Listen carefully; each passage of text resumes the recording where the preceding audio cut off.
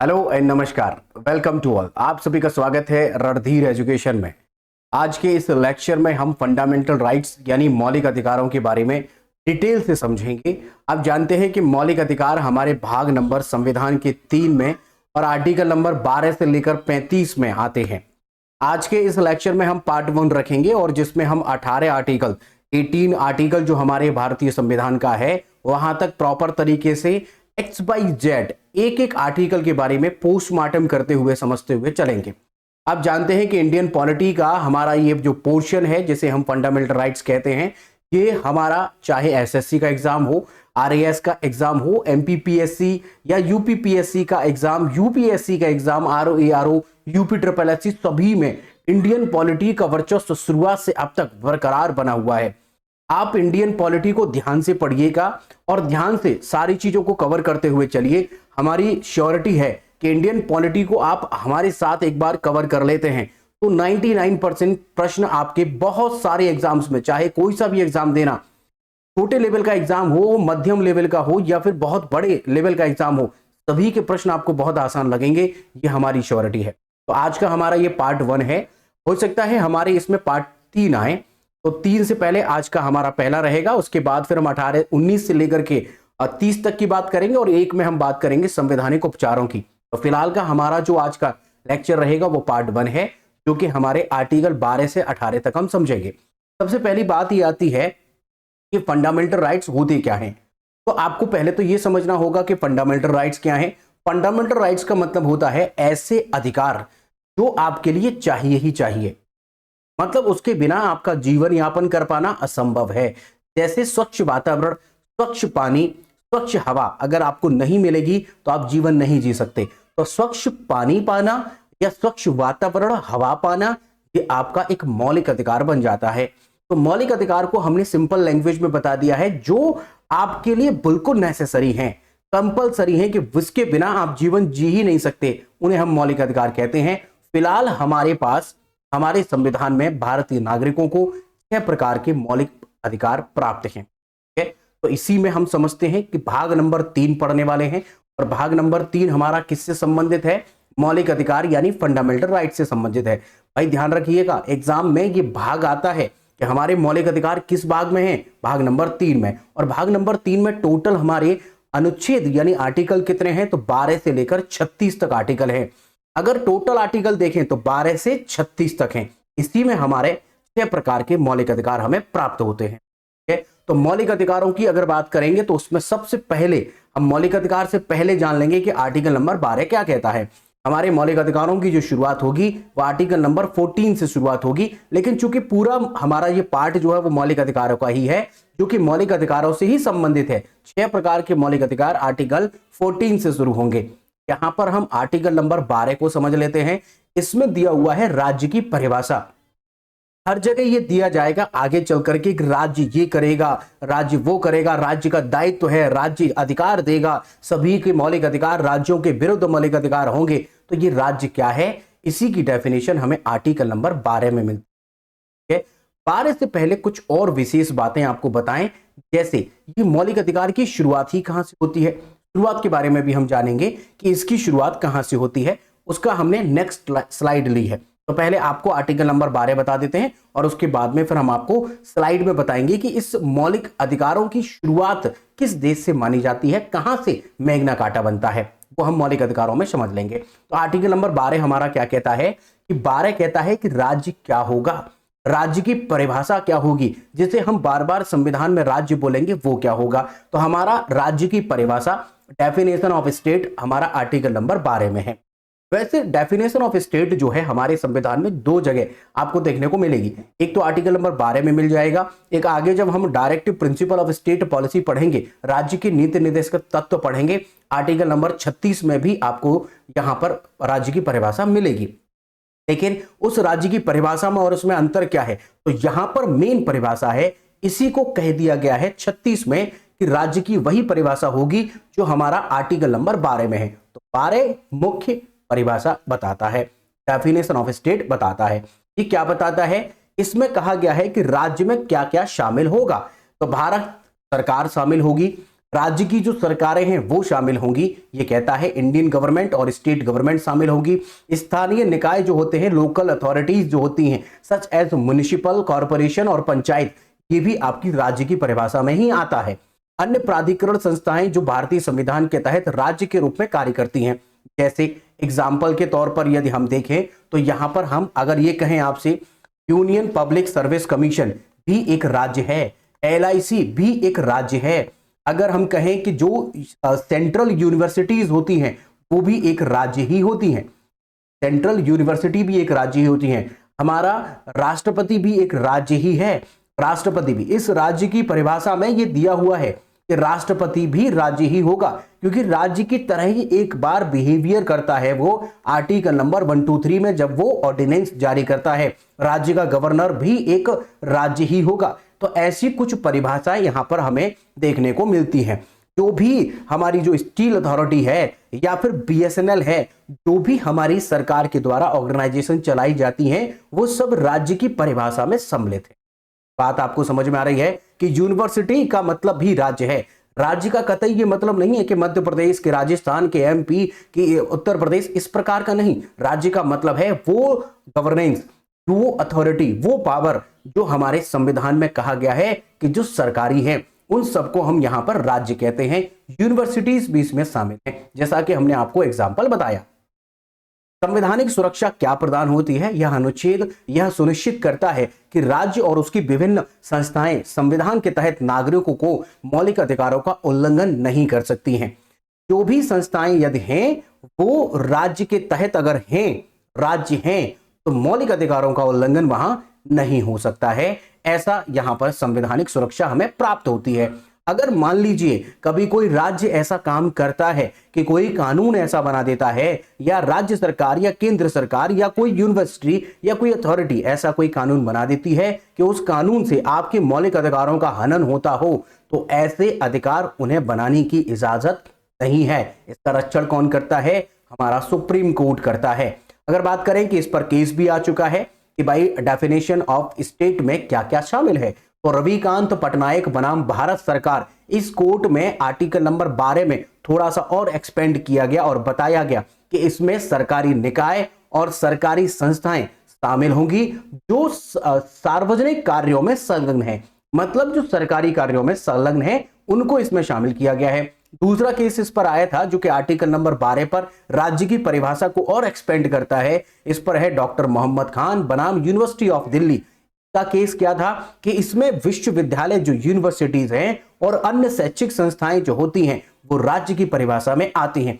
जैसा कि हमने आपको बताया, चाहे स्टेट यूनिवर्सिटी हो या सेंट्रल गवर्नमेंट की कोई यूनिवर्सिटी हो, वो सब आपकी किस में आ जाएंगी? राज्य की परिभाषा में आ जाएंगी। तो मुझे लगता है कि आर्टिकल नंबर 12 आपको समझ में आ गया है। आपको सिर्फ एक बात ध्यान रखनी है कि राज्य की परिभाषा, the definition of state in the article number 12 में हमें देखने को मिलती है। राज्य का मतलब ये नहीं है कि उत्तर प्रदेश की, मध्य प्रदेश की, राजस्थान। राज्य का मतलब है उस अथॉरिटी से जो हमारे संवैधानिक रूप से, व्यवस्थित रूप से चली आ रही है, चाहे वो लोकल गवर्नेंस हो, चाहे वो आपकी राज्य सरकार या केंद्र सरकार। आप राज्य से कतई वो मतलब मत समझिएगा, हमने आपको डेफिनेशन यहां पर बता दी। अब आर्टिकल नंबर 13 क्या कहता है? 13 कहता है कि यदि कोई राज्य ऐसा कानून बनाएगा या कोई सरकार ऐसा कानून बनाएगी जो कि लोगों के मौलिक अधिकारों का हनन करेगा, उनको उल्लंघन करेगा, तो ऐसे कानून को तुरंत शून्य घोषित कर दिया जाएगा, कहता है आर्टिकल नंबर 13। तो इसमें सजग प्रहरी बताया गया है। संविधान की अवैधता इसमें हो जाएगी, इलीगैलिटी ऑफ द कॉन्स्टिट्यूशन होगा यदि आर्टिकल नंबर 13 हमारा यही कहता है, सुप्रीम कोर्ट को पावर देता है। और सुप्रीम कोर्ट को ये जो पावर देगा वो आर्टिकल नंबर देगा 32 में। और अगर कहें कि हमारा जो जुडिशियल रिव्यू होता है, जुडिशियल रिव्यू की पावर हमें मिलती है। और अगर हाई कोर्ट की बात करें तो 226, हाई कोर्ट हमारा 226 जो हमारा आर्टिकल है उसके तहत यहां पर पावर देखने को मिलती है। तो हमने बता दिया कि आर्टिकल नंबर 13 क्या कहता है। वो कहता है कि उद्देश्य जो है हमारे आर्टिकल नंबर 13 का, वो कहता है कि मौलिक अधिकारों की रक्षा करना इसका उद्देश्य है, और यह सुनिश्चित करना कि कोई भी कानून उनके खिलाफ ना हो। कोई भी कानून यदि बन के आता है और उसमें आपके मौलिक अधिकारों का हनन पाया जाता है तो उसे शून्य घोषित कर दिया जाएगा। यह भारतीय संविधान की ताकतवर सुरक्षा कवच के रूप में काम करता है। कौन सा? आर्टिकल नंबर 13, जो यह सुनिश्चित करता है कि सभी भारतीयों के मौलिक अधिकार सुरक्षित रहें। तो हम कह सकते हैं कि सुप्रीम कोर्ट को और कोर्ट को, न्यायालय को यहां पर सजग प्रहरी बताया गया है आपके मौलिक अधिकारों का। तो article number 12, article number 13 postmortem करते हुए चलेंगे, हर एक आर्टिकल का समझते हुए चलेंगे किस आर्टिकल में क्या क्या दिया गया है। तो मुझे लगता है आर्टिकल नंबर 13 आप समझ चुके हैं। अब आगे बढ़ते हैं। अब इंपॉर्टेंट हमारा पोर्शन यहां से शुरू होगा, वो है मौलिक अधिकार। तो मौलिक अधिकारों के अगर आगे बात करें तो संविधान के खिलाफ कानून अगर कोई बनता है, इसमें थोड़ा सा पॉइंट रह गया, इसको और समझ लीजिए। वो कहता है कि आर्टिकल नंबर 13 क्या कहता है। सब आर्टिकल भी इसका बता देते हैं आपको। Third sub article, article number 13 का 1 कहता है कि यदि कोई भी कानून संविधान द्वारा सुनिश्चित मौलिक अधिकारों के खिलाफ है तो वह कानून संविधान के अनुसार असंवैधानिक और अमान्य होगा। तो अनुशून्य घोषित कर दिया जाएगा आर्टिकल नंबर 13 फर्स्ट के अनुसार। और अगर बात करें कि 13(2) क्या कहता है, तो 2 भी देख लीजिए। यह निर्दिष्ट करता है कि भारत सरकार या राज्य सरकार द्वारा निर्मित कोई भी कानून मौलिक अधिकारों का उल्लंघन नहीं कर सकता है। इसका मतलब है कि मौलिक अधिकारों की रक्षा के लिए किसी भी कानून को चुनौती दी जा सकती है यदि वह मौलिक अधिकारों के विरुद्ध में। आर्टिकल नंबर 13 आपको समझ आ गया है। 13 हमारा फर्स्ट और सेकंड।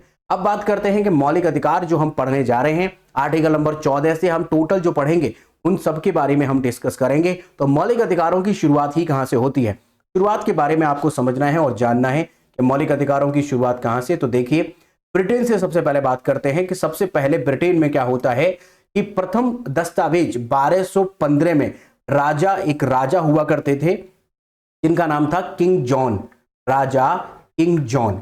ये बात है 1215, बहुत पहले की बात है।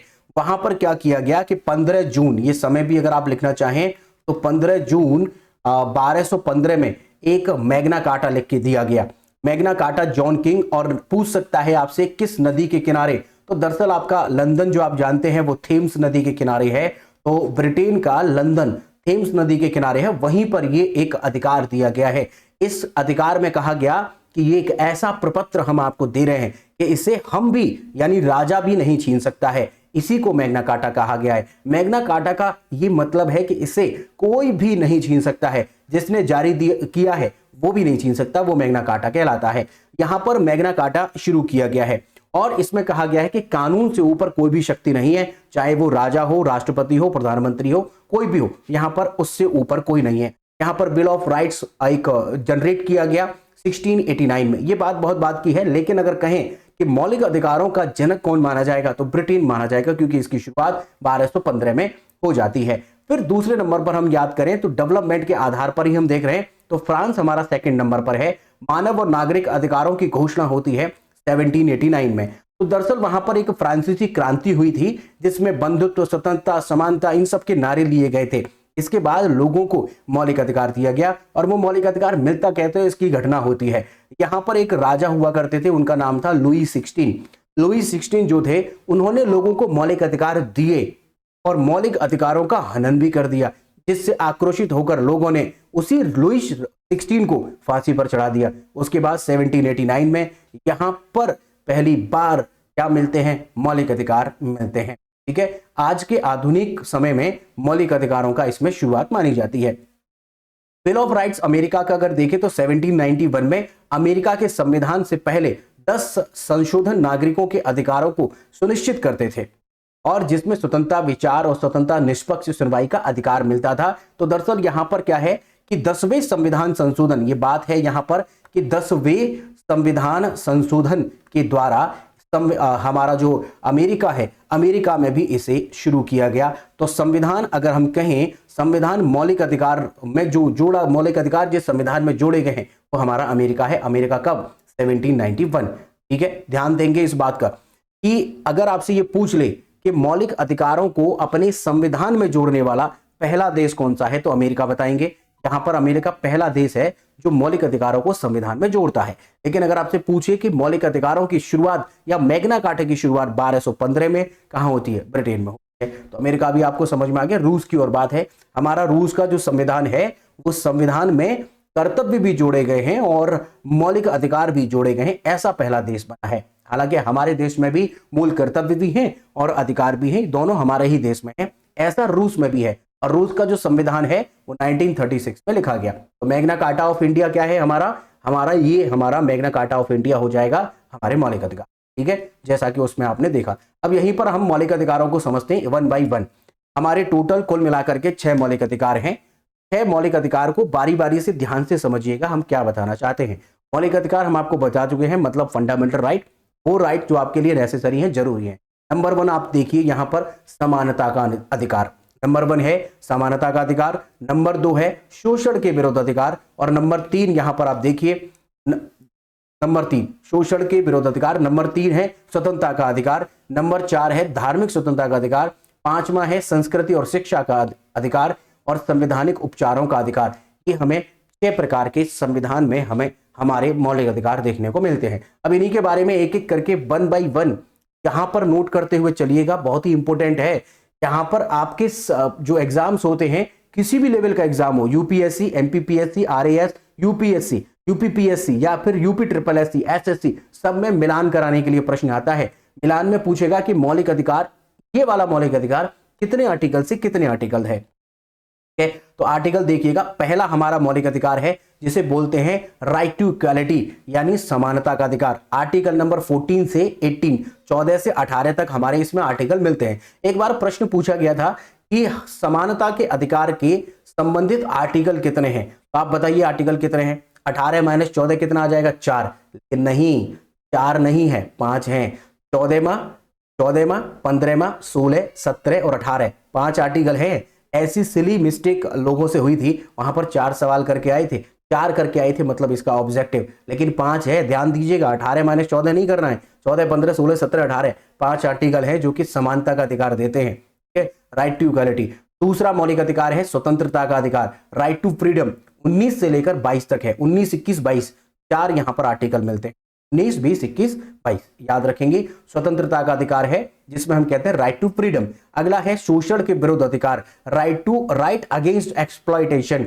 आर्टिकल नंबर 23 से 24 तक है, केवल 2 ही आर्टिकल आते हैं, 23, 24। इसमें हम बच्चों के अधिकार और महिलाओं के विरुद्ध शोषण का अधिकार यहां पर मिलता है। धार्मिक स्वतंत्रता जो है, इसमें right to freedom religion, freedom of religion, ये जो मिलता है हमारा आर्टिकल, ये 25 से लेकर 28 तक मिलता है, यानी 25 है, 26 है, 27 है, 28 है, 4 आर्टिकल यहां पर मिलते हैं। और 5वां है सांस्कृतिक और शैक्षिक अधिकार, कल्चरल एंड एजुकेशनल राइट।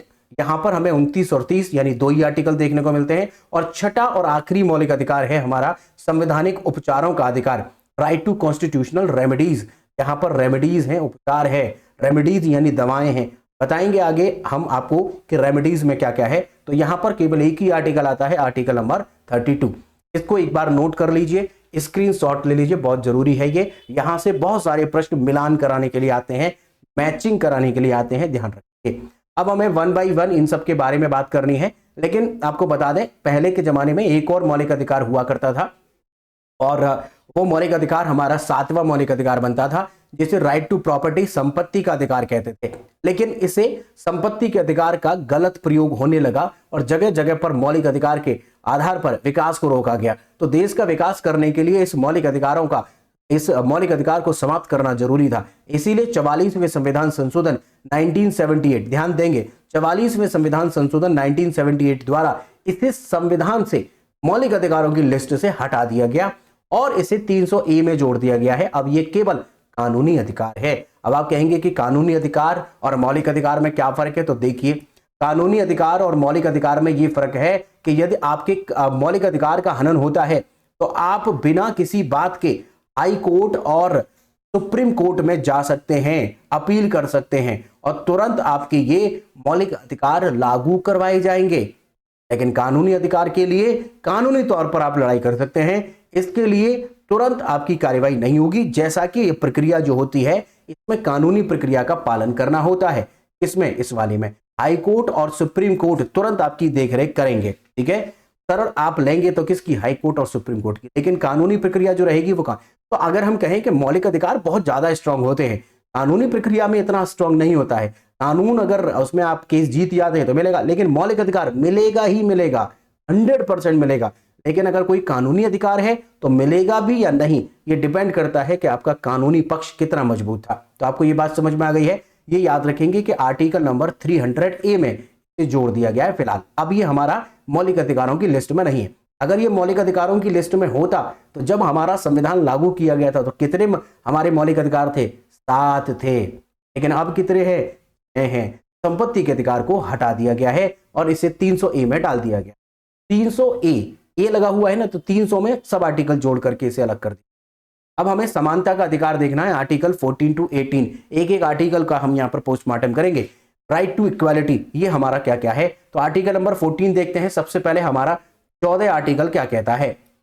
कानून के समक्ष समानता, हमारा इक्वालिटी बिफोर द लॉ, हमारा 14 नंबर कहता है। अगर हम कहें कि कानून के समक्ष समानता, ये हमने कहां से लिया है? तो दरअसल ये हमने ब्रिटेन के संविधान से लिया है। एक बात तो ये समझ में आनी चाहिए आपको, ब्रिटेन के संविधान से। आप ध्यान से पढ़ते रहिए, हमारी श्योरिटी है यूपीएससी का जीएस फाउंडेशन और यूपीपीएससी का जीएस फाउंडेशन आपको कंप्लीट करा देंगे, जिसके लिए लोग दिल्ली मुखर्जी नगर 2-2 लाख रुपए फीस देते हैं और रहने का फिर अलग खर्चा होता है। उसको हम यहाँ पर फ्री ऑफ कॉस्ट करा रहे हैं आपके लिए। अगर आप वैल्यूएबल समझते हैं, अगर आप समझदार हैं, तो आपको कंटेंट भी समझ में आ रहा होगा किस लेवल का हम कंटेंट दे रहे हैं। तो कानून के समक्ष समानता हमें यहाँ पर मिलती है आर्टिकल नंबर 14 में। इसका मतलब यह है कि हर व्यक्ति, भारत का कोई भी नागरिक हो, सबके लिए कानून बराबर है। अगर मान लीजिए किसी को, कोई गरीब व्यक्ति है क्राइम करता है और अगर कोई बहुत बड़ा अमीर व्यक्ति है या कोई बड़ा अधिकारी है वो क्राइम करता है, सेम क्राइम है, तो दोनों को सजा भी सेम ही होगी।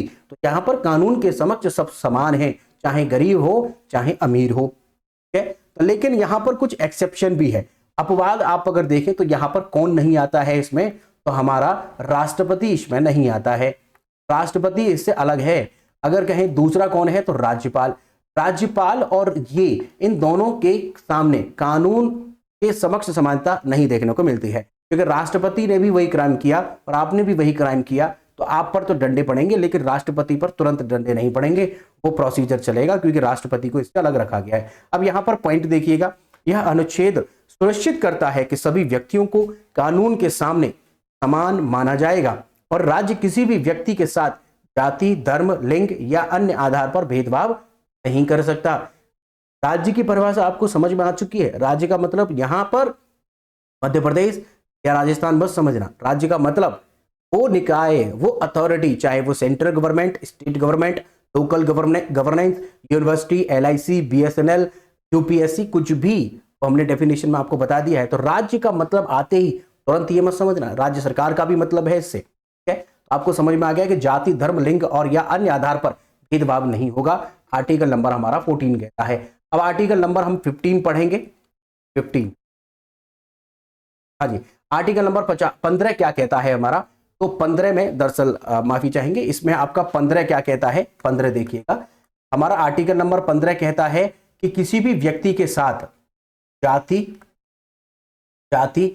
धर्म, लिंग, जाति, धर्म, लिंग और जन्म स्थान के आधार पर उसके साथ भेदभाव नहीं होगा। समानता का अधिकार जो राइट टू इक्वालिटी है वो हमारा 14 में मिलता है, लेकिन जाति, धर्म, लिंग, जन्म स्थान के आधार पर उसके साथ भेदभाव नहीं होगा, ये हमारा आर्टिकल नंबर 15 कहता है। ठीक है, ये आप काट दीजिएगा, डेफिनेशन ऑफ स्टेट आपको करवा चुके हैं, ये इसमें पॉइंट नहीं है। जाति, धर्म, लिंग और जन्म स्थान के आधार पर किसी भी व्यक्ति के साथ भेदभाव नहीं होगा, ये हमारा आर्टिकल नंबर 15 कहता है। 15 में एक बात और देखिएगा, 15 1 है, 2 है, 3 है, 4 है, इनमें हमने क्या क्या दिया हुआ है? तो देखिए 15 नंबर 15 का 1 हमारा कहता है कि राज्य किसी भी नागरिक के साथ जाति, धर्म, रंग, लिंग या फिर जन्म स्थान के आधार पर भेदभाव नहीं कर सकता। ये हमारा किस में मेंशन है? अब 15 के 1 में। यहाँ पोस्टमार्टम कर रहे हैं आपकी जो जीएस फाउंडेशन वाले जो एग्जाम्स होते हैं, जिनमें जैसे यूपीएससी का एग्जाम हो गया, प्रीलिम्स हो गया या मेंस एग्जाम हो गया, यूपीपीएससी का हो गया, एमपीपीएससी का हो गया, इनमें वो आर्टिकल के साथ साथ आपसे सब आर्टिकल भी पूछ लेता है। सब आर्टिकल ध्यान देंगे, अब एग्जाम में सब आर्टिकल बहुत पूछे जा रहे हैं। यहाँ पर 15(1) कहता है इस बात को। दूसरा नंबर क्या कहता है 15 का 2 कि किसी भी जगह पर जो सार्वजनिक जगह होगी, पब्लिक जगह होगी, उस जगह पर किसी भी जगह पर चाहे वो किसी से भी संबंधित हो, सरकारी दफ्तर हो, वहां पर किसी भी व्यक्ति के साथ भेदभाव नहीं होगा, उसे प्रवेश से वंचित नहीं किया जाएगा कि आप इस जाति के हैं, आप इस धर्म के हैं या आप इस लिंग के हैं। सभी के लिए अलाउ होगा। ये हमारा 15 का 2 कहता है। ठीक है, तो कोई भी जगह ऐसी है जैसे सड़क है, रेलवे है, दुकानें हैं, उन सब पर सभी के लिए आजादी है, किसी को रोका नहीं जा सकता है। अब आगे देखते हैं 15 का 3 क्या कहता है। 15 का जो 3 है वो कहता है कि राज्य महिलाओं और बच्चों के लिए विशेष प्रावधान कर सकता है।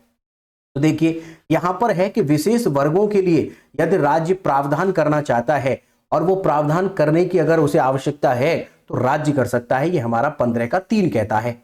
द स्टेट में make any special provision for the women and children, बच्चों के लिए और महिलाओं के लिए विशेष प्रावधान करने की यदि उसे आवश्यकता है तो वो कर सकता है। आर्टिकल नंबर 15 का 4 देखिए क्या है। 15 का 4 हमारा कहता है कि अगर ये जो एससी है और एसटी है इन सबके लिए कॉलेजेस में एडमिशन जो होता है उसके लिए विवाद हुआ था।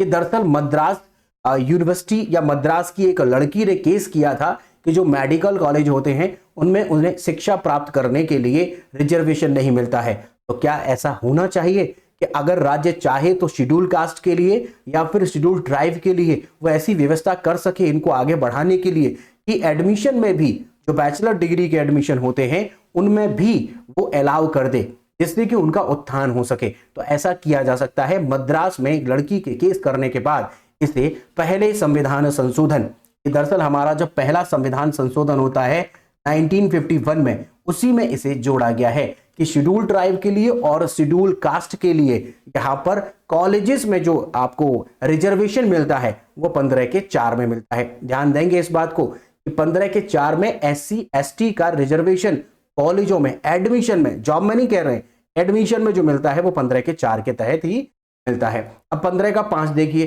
किसी राज्य की शैक्षिक संस्था में प्रवेश के प्रावधान पर यहां पर प्रावधान कर सकता है। दरअसल 15 का 4 जो है वो नॉर्मल कॉलेजेस के लिए है, नॉर्मल एजुकेशन के लिए है, जैसे आप बैचलर्स करते हैं। लेकिन अगर आप हायर एजुकेशन में जाते हैं, हायर एजुकेशन जैसे ग्रेजुएशन से शुरू होगा, हायर एजुकेशन में जो एडमिशन मिलेगा वो 15 के 5 में मिलता है। तो 15 के 5 में क्या है, हायर एजुकेशन है, राज्य किसी भी शैक्षिक संस्था में विशेष प्रावधान कर सकता है। 15 का 5। अब देखिए जिसमें हमने यहां पर थोड़ा सा हाईलाइट किया है वो ज्यादा इंपॉर्टेंट है, एग्जाम में पूछने की संभावना है। और वो देखिए क्या है, यहां पर एक बात ध्यान देनी है आपको कि हमारा 15 का 6 ये बाद में जोड़ा गया है। बाद में क्यों जोड़ा गया है, ध्यान देंगे कि लोअर जो आपकी जो पहला है नॉर्मल वाला वो 1951 में जोड़ा जाता है, लेकिन बाद में ये वाला 93वां संविधान संशोधन होता है, 93वां संविधान संशोधन 2006 में जो होता है, इस 2006 में इसे जोड़ा जाता है कि हायर एजुकेशन में भी अब सभी को रिजर्वेशन देना होगा। इसके लिए जो आपके एससी है, एसटी है या फिर विशेष वर्ग हैं जैसे ओबीसी है, उन सब के लिए 15 के 5 में। अगर 15 के 6 में देखें तो ईडब्ल्यूएस के लिए अब इसे बाद में जोड़ा जाता है। 103वां संविधान संशोधन होता है, 103वां संविधान संशोधन जो होता है अब आप जानते हैं 2021 में हुआ है। ये 2021 में सबसे लेटेस्ट है, उसमें 15 का 6A जोड़ा गया है। ईडब्ल्यूएस जिसे बोलते हैं इकोनॉमिक वीकर सेक्शन, इसके लिए 10% का रिजर्वेशन रखा गया है। जो भी सामान्य वर्ग से लोग आते हैं और वो इकोनॉमिकल वीक हैं उन सब के लिए व्यवस्था की गई है इसमें 15 के 6 में। ध्यान देंगे यहां पर नौकरी में नहीं है, यहां पर है एजुकेशन में। तो देखिए एक तो याद रखना है आपको 15 का 4। 15 के 4 में क्या है, एससी और एसटी के लिए रिजर्वेशन है अगर राज्य चाहे तो। वैसे 15 हमारा कहता है कि जाति, धर्म, लिंग और जन्म स्थान के आधार पर किसी के साथ भेदभाव नहीं होगा, लेकिन यदि राज्य चाहे तो भेदभाव कर सकता है। और उसने भेदभाव कैसे किया, 15 का 4 देकर के एससी और एसटी को रिजर्वेशन दिया एडमिशन में। जॉब की बात अभी नहीं कर रहे हैं, जॉब का अगला आर्टिकल है। और उसके बाद 15 के 6 में यहां पर दिया है ईडब्ल्यूएस के 10% का रिजर्वेशन एडमिशन। ठीक है, आगे बात करते हैं 16 आर्टिकल नंबर 16 हमारा क्या है। तो 16 देखिए, 16 है कि जो सार्वजनिक सेवा है यानी सरकारी नौकरियां हैं उनमें भर्ती और उसमें प्रमोशन जो है उसकी समान अवसर सबको प्राप्त होंगे। बिल्कुल इक्वल यहां पर रहेगा opportunities for the recruitment and promotion in the public services, इन दोनों के लिए यहां पर इक्वल अपॉर्चुनिटीज रहेंगी। आर्टिकल नंबर 16 है ये। अब नौकरी की बात है, पहले में एडमिशन था, जाति, धर्म, लिंग, स्थान, जन्म स्थान के आधार पर किसी के साथ भेदभाव नहीं होगा। यहां पर अब राज्य का दायित्व बनता है कि वो सभी को समान अवसर प्रदान करेगा। लेकिन यदि राज्य चाहे तो किसी की भलाई के लिए, किसी व्यक्ति विशेष या व्यक्ति समाज को, धर्म को आगे बढ़ाने के लिए उसको रिजर्वेशन दे सकता है, देता भी है। देखिए आर्टिकल नंबर 61 क्या है, 16 का 1 सब आर्टिकल भी ध्यान रखिएगा। राज्य की सीमा के सभी सेवाएं और पदों पर हर भारतीय नागरिक को समान अवसर प्राप्त होगा। यहां पर जो मिलता है वो समान अवसर मिलता है, लेकिन यहां भारतीय नागरिक का होना आवश्यक है। अगर कोई विदेशी व्यक्ति आ जाएगा जो कि भारत का नागरिक नहीं है, उसे कहां से नौकरी देंगे? हमारे लोगों को तो नौकरी है नहीं, तो वहां से कहां मिल जाएगी? पॉसिबल नहीं है। तो भारतीय नागरिक का होना आवश्यक है। 16 का 2 क्या कहता है, किसी भी नागरिक के साथ राज्य सेवाओं में या सरकारी नौकरियों में धर्म, जाति, लिंग, जन्म स्थान या निवास के आधार पर भेदभाव नहीं होगा। लेकिन अगर राज्य चाहे भेदभाव कर सकता है, किसी राज्य विशेष को अगर वो देना चाहे तो वो कर सकता है। तो देखिए वो कैसे, यहां पर एक बात आपको 16 के 3 में जाननी है। वो क्या कहता है कि अगर वो चाहे राज्य के निवास स्थान के आधार पर भेदभाव में छूट मिलती है, फिर यहां पर छूट देने से रोका जा सकता है। संसद कुछ पदों के लिए निवास स्थान के आधार पर भेदभाव की अनुमति दे सकती है। मतलब अगर राज्य कोई चाहे कि नहीं जी, हमें तो अपने ही राज्य के लोग नौकरी में देने हैं, बाकी राज्यों के लिए हम नौकरी नहीं देना चाहते हैं, संसद उसे अलाउ कर सकती है। 16 का 3 उत्तराखंड में अगर आप उसकी पीएससी के अदर अगर कोई एग्जाम देखें, जैसे शिक्षक का है या अदर है, उन सब में वहां के लोग अलाउ होते हैं, अन्य राज्यों के अलाउ नहीं है। हरियाणा में भी ऐसा ही है, और कुछ पीएससी ऐसी हैं जो केवल अपने राज्यों के लोगों को ही लेती हैं। तो यहां पर 16 का 3 है कि नौकरियों में केवल वो चाहे तो अपने राज्य के लोगों को ही आधार पर, निवास स्थान के आधार पर ही वो क्या देगी, नौकरी देगी। 16 का 3। अब 16 का 4 देखिएगा, हमने जिसको एकदम अंडरलाइन किया हुआ है, हाईलाइट कर दिया है, ध्यान रखेंगे वो ज्यादा इंपॉर्टेंट है। यहां पर 16.4 कहता है कि जो एससी और एसटी कैटेगरी के लिए जो यहां पर ओबीसी के लिए जो रिजर्वेशन मिलता है, यहां 16.4 में मिलता है। अब है नौकरी का, वहां पर 15 का 4 जो आपने देखा वो एडमिशन के लिए है, यहां पर नौकरी के। तो राज्य किसी भी वर्ग के व्यक्तियों के लिए किसी भी विशेषताएं निर्धारित कर सकता है और उन्हें सरकारी सेवाएं और नौकरियों के लिए उपयुक्त बना सकता है। तो यहां पर एससी और एसटी का जो रिजर्वेशन मिलता है वो 16 के 4th में मिलता है, 4 में मिलता है, ध्यान देंगे इस बात पर। अगला है 5, राज्य किसी भी विशेष वर्ग के व्यक्तियों के लिए उन्हें सिविल सेवाओं में विशेष प्रावधान के अधीन रखा हो उसे विशेष आरक्षण प्रदान कर सकता है। अब इसमें वही है कि यहां पर विशेष प्रावधान कैसे, जैसे विशेष वर्ग ओबीसी वगैरह है, उन सब के लिए रिजर्वेशन है, बहुत इंपॉर्टेंट नहीं है आपका। इसमें भी 16.4 और 16.6 इंपॉर्टेंट है। 16.6 देखिए ईडब्ल्यूएस के लिए 103वें संविधान संशोधन में ईडब्ल्यूएस नौकरियों में 10% का आरक्षण आर्टिकल नंबर 16 के 6 में जोड़ा गया। पॉइंट टू बी नोटेड, ध्यान रखेंगे 2021 में ये रिजर्वेशन हुआ है, और वो रिजर्वेशन में क्या है कि जो भी जनरल कैंडिडेट इकोनॉमिकल वीक है उसकी इनकम जो सर्टिफिकेट बनता है वो बहुत कम है, यानी इनकम सर्टिफिकेट बन गया है और कम का बना है, तो फिर उसे यहां पर रिजर्वेशन मिलेगा और वो 10% का रिजर्वेशन दिया जाता है 60 के। ध्यान रखेंगे पॉइंट अपना। 103वां संविधान संशोधन है, यहां पर आपके ध्यान रखेंगे 15 का 4 इंपोर्टेंट है, 15 का 6 इंपोर्टेंट है, 16 का 4 इंपोर्टेंट है और 16 का 6, ये चारों इंपोर्टेंट है। यहां पर एडमिशन में एससी एसटी का एडमिशन है, यहां पर आपका ईडब्ल्यूएस एडमिशन। यहां पर देखें तो आप नौकरियों की बात करते हैं, एससी और एसटी की बात करते हैं, 16 का 6 में आप बात करेंगे इसकी, यहां पर ईडब्ल्यूएस की बात करेंगे। स्क्रीनशॉट ले लीजिए, इंपोर्टेंट। अगला देखते हैं हमारा आर्टिकल नंबर 17 क्या कहता है। 17 आर्टिकल है अस्पृश्यता का अंत, वो है एंड ऑफ अनटचेबिलिटी। जो छुआछूत होती है एक दूसरे के प्रति कि ये शेड्यूल कास्ट है, ये दलित है, उन सबके प्रति अधिकार दिया गया है कि भाई मौलिक अधिकार है उनका कि यहां पर अबॉलिशन ऑफ अनटचेबिलिटी किया गया है, अस्पृश्यता का अंत किया गया है, कोई भी किसी के साथ ऐसा व्यवहार नहीं करेगा।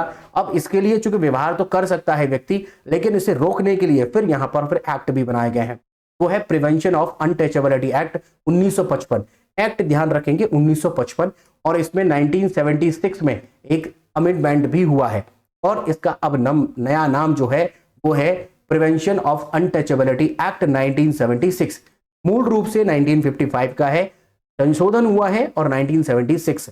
और वैसे भी अगर आपको बताएं कि जाति सूचक शब्द इस्तेमाल करने पर भी कानून लगता है। कानून जो बनाया गया है वो प्रिवेंशन ऑफ अनटचेबिलिटी एक्ट 1955 के तहत ही बना है, इसमें संशोधन 1976 में हुआ और फिर अब इसका नया नाम ये है। ठीक है, आर्टिकल नंबर 18 देखते हैं, वो है उपाधियों का अंत। उपाधियों का अंत का मतलब है जो एंड ऑफ टाइटल्स हैं, किसी भी व्यक्ति को यह अधिकार नहीं होगा कि वो किसी दूसरे देश से कोई उपाधि ले। पहले के समय पे केसरे ए हिंद, राय बहादुर, इस प्रकार की उपाधियां हुआ करती थी। आप उपाधि ग्रहण नहीं कर सकते बशर्ते वह शैक्षणिक नहीं होनी चाहिए, जैसे डॉक्टर की उपाधि, डॉक्टरेट की उपाधि, जैसे पीएचडी करते हैं तो आप अपने नाम के आगे डॉक्टर लगा सकते हैं। लेकिन अगर किसी ने भारत रत्न प्राप्त किया हो तो वो टाइटल नहीं लगा सकता है कि भारत रत्न, अपना नाम ऐसे नहीं लिख सकता है। लोग उसे जरूर कॉल करते हैं कि भारत रत्न प्राप्त करता इस प्रकार, लेकिन वह अपने डॉक्यूमेंट्स में अपने नाम नहीं कर सकता। यहाँ पर उपाधियों का अंत दिया है, कोई भी व्यक्ति उपाधि ग्रहण नहीं कर सकता, राष्ट्रपति भी किसी को उपाधि नहीं दे सकते। वही पॉइंट हमने यहाँ पर बताए। कोई भी व्यक्ति राय बहादुर या केसरी ए हिंद इस प्रकार की कोई भी उपाधि अपने नाम के आगे प्रयोग नहीं करेगा। राज्य किसी भी नागरिक को किसी भी उपाधि या सम्मान के लिए नहीं बांध सकता, बशर्ते वह एजुकेशनल नहीं होनी चाहिए। इस अनुच्छेद में प्रावधानों के तहत भारत के राष्ट्रपति या भारत के राज्यपाल अपने आधिकारिक पद के कार्यकाल के दौरान किसी उपाधि या सम्मान पुरस्कार नहीं देंगे। कोई भी व्यक्ति जो भारतीय संविधान के तहत उपाधियों और सम्मान के लिए नियुक्ति का लाभ प्राप्त करता है तो इस अधिनियम के तहत निषिद्ध किया जा सकता है। इस अनुच्छेद के प्रावधानों के तहत भारत के राष्ट्रपति और राज्यपाल द्वारा किसी भी उपाधि का पुरस्कार देना या नागरिकों को सम्मानित करना निषिद्ध, ये ऐसा नहीं कर सकते। आर्टिकल नंबर 18 भी आपको समझ आ गया है। अब इनसे प्रश्न जो संबंधित पूछे जा सकते हैं, बहुत ही सिंपल प्रश्न है, क्योंकि आर्टिकल नंबर 12 से लेकर हमने 18 तक के आर्टिकल के कुछ सवाल यहां पर लिए हैं। आप जवाब दीजिएगा। क्वेश्चन नंबर हमारा 1 है, अनुच्छेद 12 किससे संबंधित है? बच्चा जानता है किससे संबंधित है। आंसर बी हो जाएगा, राज्य की परिभाषा। राज्य की परिभाषा हमें कहां कहां मिलती है? आर्टिकल नंबर 12, आर्टिकल नंबर 36 हम आगे पढ़ेंगे। दो जगह राज्य की परिभाषा है, लेकिन मूल रूप से राज्य की परिभाषा डिटेल से जो है वो आर्टिकल 12 में ही। अगला प्रश्न है, अनुच्छेद 13 में का क्या महत्व है? मौलिक अधिकारों के खिलाफ कानून को शून्य घोषित करता है, सभी के लिए समानता का अधिकार देता है, सार्वजनिक रोजगार के समान अवसर देता है, उपाधियों का उन्मूलन करता है। आप जानते हैं कि उपाधियों का उन्मूलन जो है वो हमारा 18 है। अगर कहें कि यहां पर जो हमारा दिया है सार्वजनिक रोजगार में समान अवसर, ये हमारा 16 है, और ये जो है सभी के लिए समानता का अधिकार, ये हमारा 14 है। यहां पर है हमारा, वैसे जाति, धर्म और लिंग, जन्म स्थान के आधार पर भेदभाव नहीं होगा, ये हमारा है आर्टिकल 15 में। और यहां पर हमारा आर्टिकल ए, जो हमारा ऑप्शन ए है, जो आर्टिकल नंबर 13 कहता है, ये बिल्कुल सही है। यानी मौलिक अधिकारों के खिलाफ कानून को शून्य घोषित कर सकता है। ऐसा कोई भी कानून यदि बनता है जो कि आपके मौलिक अधिकारों के खिलाफ हो तो हमारा जो सुप्रीम कोर्ट है वो उसे शून्य घोषित कर देगा तुरंत, जुडिशियल रिव्यू के तहत। अगला प्रश्न है, आर्टिकल 14 किस अधिकार से संबंधित है? Which right is related to article number 14? विधि के समक्ष समानता, भेदभाव का निषेध, अस्पृश्यता का उन्मूलन, राज्य की परिभाषा। अब तो आप समझ ही गए, आंसर कर सकते हैं। आंसर क्या हो जाएगा? ए, विधि के समक्ष समानता, इक्वालिटी बिफोर दी लॉ, हमारा आर्टिकल नंबर 14 कहता है। सबके सामने क्या होगा? सबके सामने कानून बराबर होगा, कानून के लिए सब बराबर होंगे। आर्टिकल नंबर 15 हमारा क्या कहता है? अनुच्छेद 15 किस प्रकार के भेदभाव को प्रतिबंधित करता है? What type of discrimination does article 15 prohibited? Option A, आयु और लिंग के आधार पर, जाति, धर्म, लिंग, जन्म स्थान के आधार पर, और ऑप्शन सी, सार्वजनिक रोजगार में और नागरिकता के आधार पर, बेस्ड ऑन सिटीजनशिप। आंसर कर सकते हैं ऑप्शन बी यहां पर सही हो जाएगा, धर्म, जाति, लिंग और जन्म स्थान के आधार पर राइट आंसर है। ठीक है भाई, अगला प्रश्न है यहां पर। अगला प्रश्न हमने लिया है, अनुच्छेद 17 किसको समाप्त करता है? अभी डिस्कस किया है आपसे और बहुत आसानी से इसका आंसर कर पाएंगे। और ऑप्शंस आपके सामने हैं, भेदभाव, अस्पृश्यता, उपाधि प्राप्ति, कानून की असंगतता। तो ऑप्शन आपको 4 दिए जा रहे हैं। आप कमेंट करके जरूर बताइए कि आपको इसका आंसर क्या लगता है। क्वेश्चन 5 लिखिएगा, आंसर ABCD में से जो भी आपको लगता है प्लीज कमेंट करके बताइए क्या आंसर है इसका। कमेंट करिए, आर्टिकल नंबर 17 किसे रोकता है। ठीक है, अगर आपका कोई डाउट है, कोई प्रश्न है, कोई सुझाव है, अगर आप कुछ पूछना चाहते हैं तो you are most welcome. Comment करिए, हम आपके कमेंट को जरूर पढ़ेंगे और आपको जवाब जरूर देंगे। अगर चैनल पर पहली बार आए हैं या अभी तक आपने सब्सक्राइब नहीं किया है तो सब्सक्राइब जरूर करिएगा। अगर लेक्चर अच्छा लगा है लाइक भी कर दीजिएगा, अपने फ्रेंड्स के साथ में शेयर कर दीजिएगा, तो आपका आपके फ्रेंड्स के साथ में भी ये शेयर हो पाएगा और हमें मोटिवेशन मिलेगा। इसके अलावा आप हमसे जुड़ सकते हैं टेलीग्राम, फेसबुक और इंस्टाग्राम पर। टेलीग्राम पर जुड़ने के बहुत सारे फायदे हैं, पीडीएफ भी प्रोवाइड होगा, नए लेक्चर्स के नोटिफिकेशन या फिर अन्य कोई जानकारी हम यहीं पर प्रोवाइड कराते हैं। अगर आप उसे डायरेक्ट ज्वाइन करना चाहते हैं तो डिस्क्रिप्शन में हमने लिंक दे दिया है, जाइए क्लिक करिए और डायरेक्ट ज्वाइन हो जाइए। लेक्चर के लास्ट तक बने रहने के लिए आप सभी का बहुत बहुत धन्यवाद। मिलते हैं नेक्स्ट लेक्चर। धन्यवाद।